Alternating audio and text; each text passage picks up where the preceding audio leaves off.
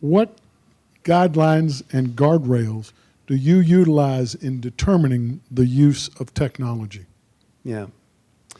Yeah, it's a great question. Every sphere, whether we're talking about technology's impact on the individual or the family or the congregation or the community, the people, the country, the world, all will require a great deal of thought. There are some great books, in particular on the family, right? Andy Crouch's The Tech-Wise Family, for instance, is a good place to start. Andy's maybe a little more anti-technology than I am, but I do look for rhythms that that honor kind of a Sabbath principle. And so with my kids, for instance, I'll only let them use a screen on the weekends to the extent that they read. So if they want 2 hours on the screen, they have to read for 2 hours in order to get time on the screen. During the weekdays, it's not as much of an issue for us. But trying to find that, as well as rhythms where you have maybe one day a week that's pretty technology free, and you're trying, now you can't be entirely technology free, but you can get off the grid or something like that and be, because I think having those moments of silence, those moments of reflection, those moments when you can hear your own voice are really critical. So if I were then to kind of get up to the more macro level, I feel like we're just kind of crashing ahead with technological innovation without a whole lot of thought about it. And you know, we used to about the implications and ways in which it can be used. And there are some efforts underway. There's one, Faith in AI right now, for instance. A very interesting group of people, including people from a lot of tech, from within the tech industry, who want to establish a rich way of thinking about technological innovation, in particular in the area of artificial intelligence, and where is that taking us? And so I wish that I had a simple answer to that. I don't, but I think it's a really important area for us as Christians to mine. And I would love for Christians really to model, because I don't see the secular culture really doing a lot of this, to model how can we think deeply, richly, theologically about technology and what it means, about what constitutes a positive or helpful use of technology, what constitutes a negative one, what kinds of controls should there be. So pornography would be another area where there's a lot of debate right now, even in the conservative side of things, between libertarians and non-libertarians and kind of their attitudes toward pornography. Is it something that could be outlawed? It could at least be regulated. So that's one example of a technology these days that has enabled pornography to be more pervasive than ever, that has really facilitated also the rise in sex trafficking and the rise in the online sexual exploitation of children. That has just been absolutely devastating. And there are ministries that are working to combat that, like International Justice Mission, but there's not a whole lot of serious theological work, in my opinion, that at least that I've seen. And so if anybody's aware of that, I'd love to hear more about it. Another question? Over here? Hold on. Oh, sorry. Thank you. How many people are on your staff that make this go? There are about 75 people on staff at Christianity Today. And around that is a larger network of freelance writers. So in a newspaper, you tend to employ reporters. In a magazine, you tend to employ editors. And so most of our, on the editorial side, they're mostly editors, and then the writers are more like freelancers. Yeah. A couple down here.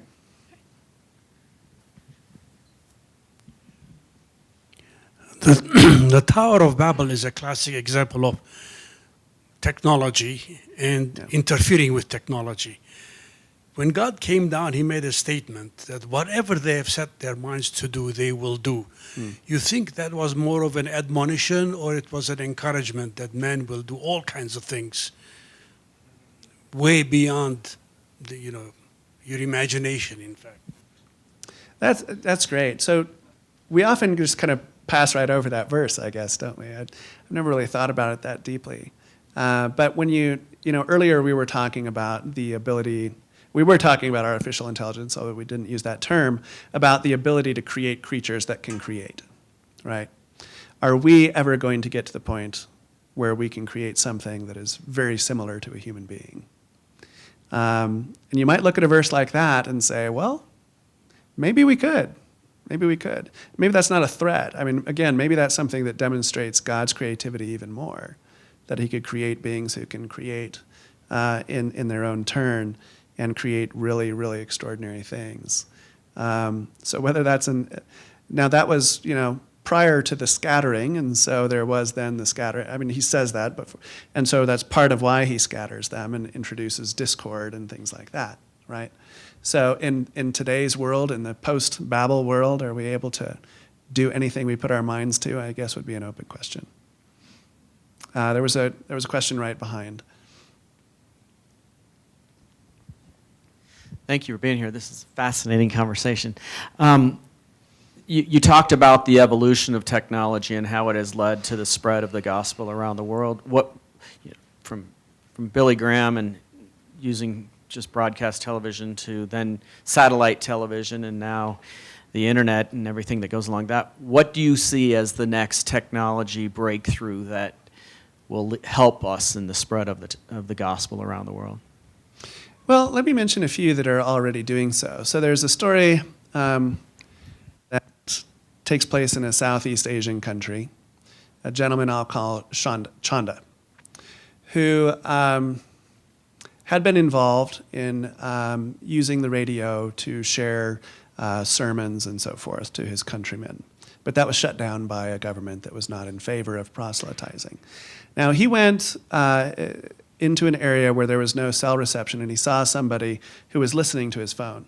And he said, well, there's no cell reception. How are you able to do this? And the guy says, well, actually, I'm listening to sermons. Or I don't know if it was sermons. I'm listening to something that's on the little card that I put into my phone, right?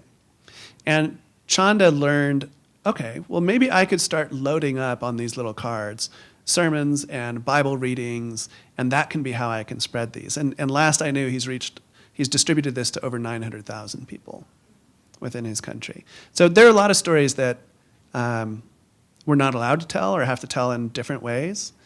If we were able to talk or publish, I mean, I think it's okay to talk about here, but, places where, whether it's in Iran, where there's huge growth, and there are a lot of conversions happening right now in Iran, especially amongst women, or in the refugee camps in Greece of people who are fleeing from Syria and places like that. A lot of that is facilitated through technology, through social media in particular. And when I go to places, I was just in India, and one of the guys that I was with showed me, I don't remember if it was WeChat or Line or what it was. Different countries have different social media that tend to predominate in their space. But he was showing me, he's part of this group that's keeping track of all the cases of persecution. And so he showed me on his phone, and it's just streaming one story after another of persecution around the country of India. So social media is already doing a lot. It's become an incredible way for the propagation of the gospel.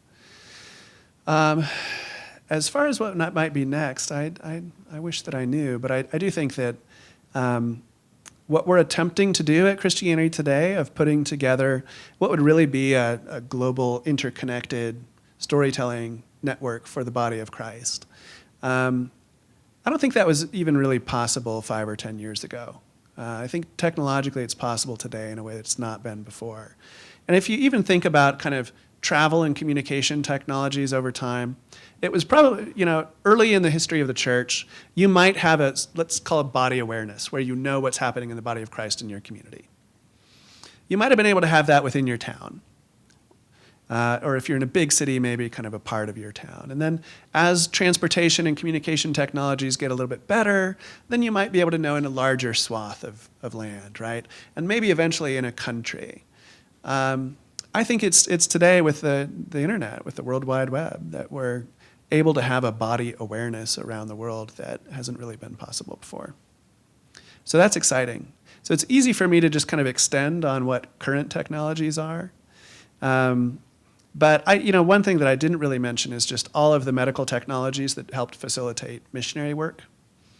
So when missionaries went They weren't just bringing the gospel. They were often bringing medical technologies or irrigation and agricultural technologies. You could even think about the agricultural technology that developed in the Roman Empire and helped to pacify a lot of the barbarian tribes. And then as the Roman Empire became more Christian, it helped to spread the gospel in that way, right? Yeah, I'll just stop there. Yes, toward the back. Your answer made me think of a couple things I want to just explore with you. You and I were both at Manila in June, and AI and IoT, there was a big breakout session in that regard. Is the future of Christianity Today magazine this global networks, global and glocal, or are you looking to go even further with AI and IoT into perhaps exploring ways to reach the unreached, the 15 to 20% of the world who've never met a Christian, who don't know the gospel? If you could enlighten us as to what kind of specific things you're doing. So one thing that I would like to do that I think is technologically simpler to do today than it was before is have more user-generated content. So it's maybe easy for us to kind of sit on our perch and think that these are the stories that need to be told, and it's kind of top-down storytelling, right? But we don't know all the stories. We don't know what's going on in the communities. If you think about Patch, I don't know how many of you remember Patch. It was kind of a local news technology that allowed people to report on things that were going on within their communities. And then things could rise up. So that was kind of bottom-up storytelling, user-generated storytelling. And I think it's presumptuous of us in an age when we actually can do that. It wasn't always possible to do that, to think that we know all the stories to tell. So there may be ways of shaping it so that we can do that. As far as artificial intelligence and Internet of Things, I think there are some things to be done with utilizing other devices that are, things like Alexa or Siri or whatever the Google version is, Hey Google, to develop a presence within people's lives. But I'm not sure yet what an interesting application would be otherwise within IoT. If you have any thoughts, let me know. There are some things that are being done right now with big data crunching.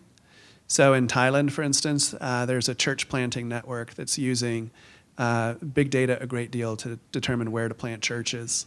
And it's been fantastically successful.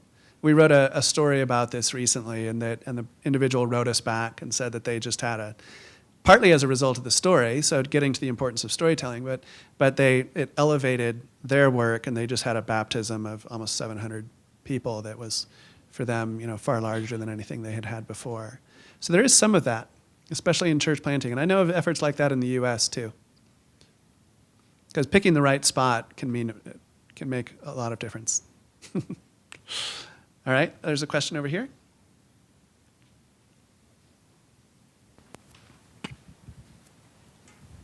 Do you know which platforms work for you, such as like which social medias will work for Christianity Today, and which ones don't, that you fall back and say, okay, we'll close this down and try this other site, or Yeah,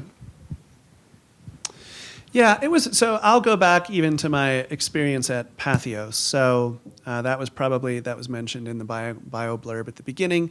So I was a part of helping to launch and grow a multi-religious website, where the idea was to reproduce online the marketplace of religious ideas and hopefully elevate it, make it better. And there's something there to offend everybody. So if you go visit it, don't blame me for everything that you see there. But what we found was that different religious communities had different social media. So evangelicals were mostly on Facebook, at least at that time. There were more, if you wanted to kind of catch the Catholic thought leaders, then you should put something on Twitter. If you wanted to reach neo-pagans, which I'm sure you do all the time, then it was Stumble Upon, which I'm not even sure if I'm sorry. Maybe it was Dig? But Stumble Upon was big for another smaller kind of niche community. At Christianity Today, so we certainly use Facebook and Twitter quite a bit. Twitter doesn't drive as much traffic, but it does reach thought leaders that in a way that Facebook does not necessarily. Facebook doesn't drive as much traffic as it used to, but it still does. Instagram, CT unfortunately has not had a full-time social media person. So this is something that will I started recently is something that will be changing soon. But Instagram is a fantastic storytelling platform, really in a way that Facebook is not. So if you're looking for, suddenly it's no longer that social media are just a way of referring people to your website. They're actually publishing platforms unto themselves and storytelling platforms. So leaning creatively in how to do social storytelling is pretty important. So I mentioned the ones that are most important for us here in the US. But again, you go overseas and it's WhatsApp, it's WeChat, it's Line, it's a variety of things. If you get into more persecuted communities, then you're talking more protected things like Signal. So part of the job of our national and regional editors in different places around the world will be to understand this is how content is disseminated within our community and to help us figure that out and do it. Yeah. Question here, last question. How do you track and look at the demographic of people who get the publication? They're in households or with individuals that are not converted. Is there any way of tracking that and seeing how that can work? For example, media tends to tell us that the Pope is the voice and the face of Christianity today. And I've heard this a number of times. Not of Christianity today, but of Christianity today. Yeah, no, yes. Sorry, that's not what I meant. So the question is, how do you know who you're reaching that may not be Christian, but this is really affecting them, and this is having an impact? Or can you follow that? Yeah, it's a great question. So anyone who works in the online media space, or even has a fairly solid grasp of social media, that you can get some data pretty readily, right? You can get pretty rich demographic data on who is engaging your content. Or using things like Google Analytics or there's a different Alexa that's largely analytics as well. Those don't often tell you kind of people's religious affiliation. And in most cases, deliberately so. You're not allowed to target on Facebook, for instance. If you're running a media campaign, you can't target and say, I just want to reach Christians or a certain stripe of Christian. You have to approximate that through interests. And so I want to reach people who are interested in Josh McDowell or something, right? Something that nobody would say unless they're a Christian. Maybe that came out badly. I didn't mean it to. So you're left really with surveys. And then you're left with kind of the problem of who chooses to respond to surveys. Now, I will say, I know that historically CT has largely thought of itself as a publication for Christians. I do think going forward, we believe our call is to be a storyteller of the global church. And in that way, to make the church more beautiful and to make its beauty known to the world. And we cannot achieve that mission if we're not reaching non-Christians.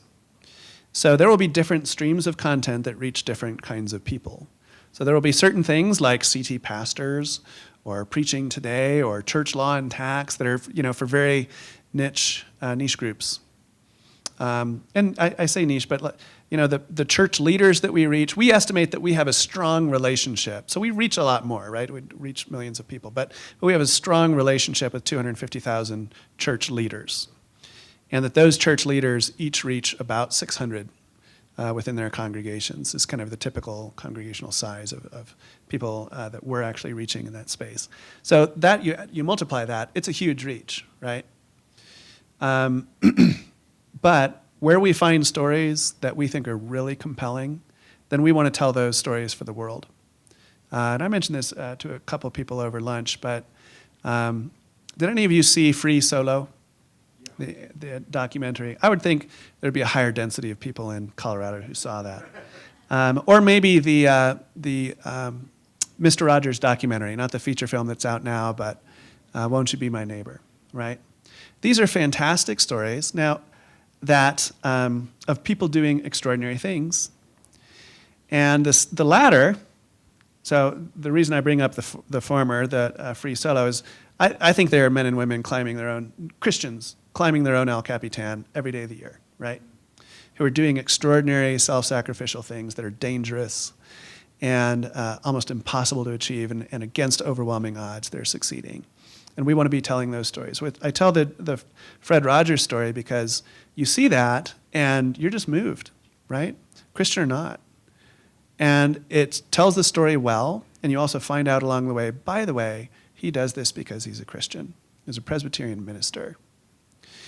And so you have people coming away like, and I'll wrap up here, you have people coming away like Sarah Silverman, not a Christian, pretty antagonistic. And she posts something to Twitter that says, Fred Rogers was a conservative and pro-life, Republican and pro-life, and he's my hero. We want to tell stories like that, of people doing things that are unquestionably good.